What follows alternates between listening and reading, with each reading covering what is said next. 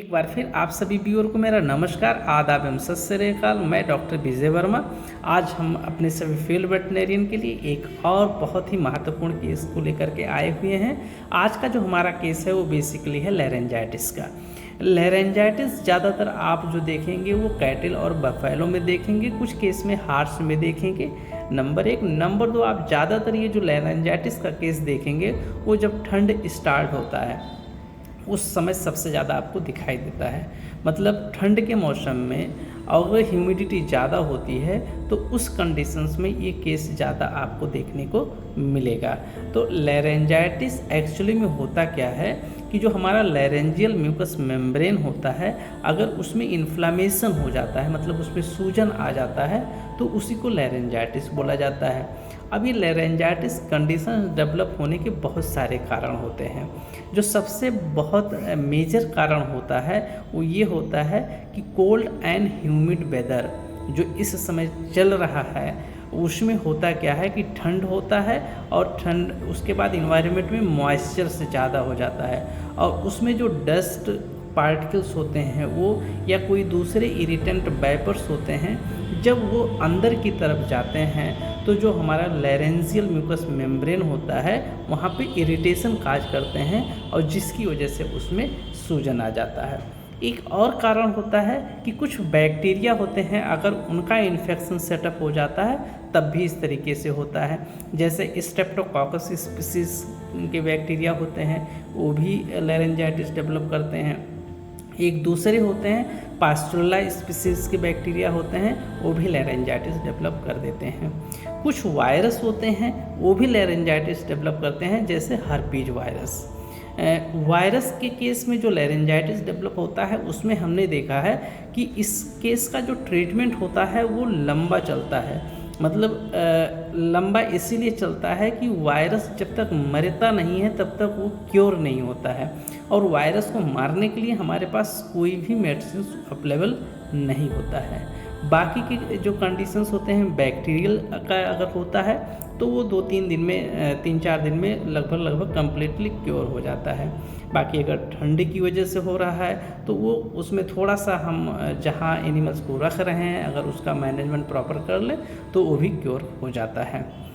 Symptoms की अगर हम बात करेंगे तो जिस एनिमल्स को लैरेंजाइटिस हुआ रहता है उसको आप जब देखेंगे कि जब वो सांस अंदर की तरफ ले लेता है, मतलब जब वो हवा को अंदर की तरफ लेता है, उस कंडीशंस में आप जो फील करेंगे तो एनिमल्स का जो सांस लेने की वजह से जो साउंड डेवलप होता है वो बहुत तेज़ी से होगा और वो एनिमल्स दर्द महसूस करता है।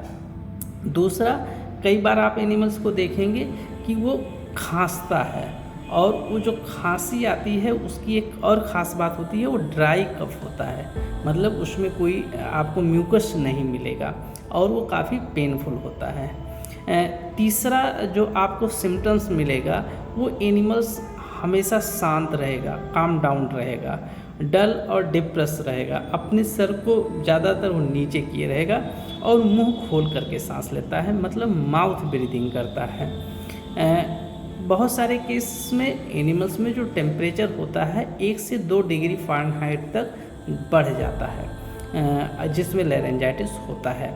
और एक और आपको सिम्टम्स मिलेगा कि ऐसे एनिमल्स जिसमें लैरेंजाइटिस होता है उनको खाने में और पानी पीने में बहुत प्रॉब्लम्स होता है, मतलब ये आसानी से ना खा पाते हैं और ना पानी पी पाते हैं। तो ये सारे सिम्टम्स आप अगर देखते हैं तो इसका मतलब वो एनिमल्स लैरेंजाइटिस का केस होता है। लेकिन इन सिम्टम्स के बेसिस पे हम ज़्यादातर जो होता है टेंटेटिव डायग्नोसिस बनाते हैं, और उसके बाद फिर हम अपना चाहे एक्सपीरियंस लेकर के या हम लैब में अपना टेस्ट भेज करके फाइनल डायग्नोसिस बना लेते हैं कि एक्चुअल्स में सोर्स क्या है, उसका एक्चुअल काज क्या है। क्योंकि जब आप एक्चुअल काज पे वर्क करेंगे तभी जा कर के वो एनिमल्स क्योर होगा। जैसे हमारा जो एनिमल्स आपको आगे वीडियो में दिखाई देगा ये बैक्टीरियल ओरिजिन्स का लैरेंजाइटिस था, इसलिए हमने इसमें 2 दिन ट्रीटमेंट किया है और 2 दिन के ट्रीटमेंट में ये एनिमल्स कम्प्लीटली सही हो गया है।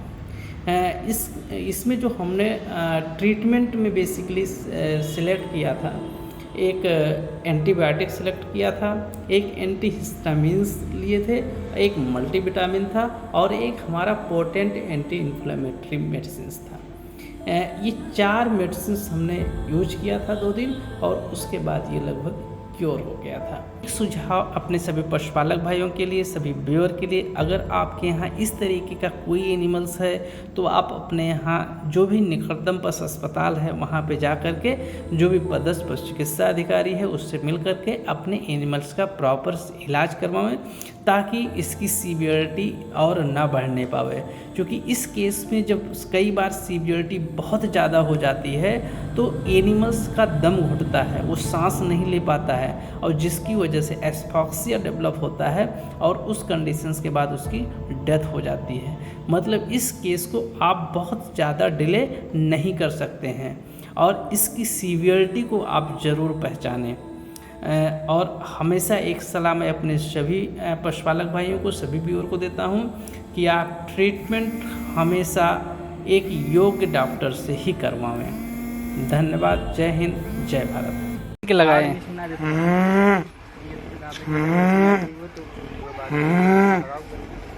आप हमारी रिक्स रही तो ताकि जानो भाई।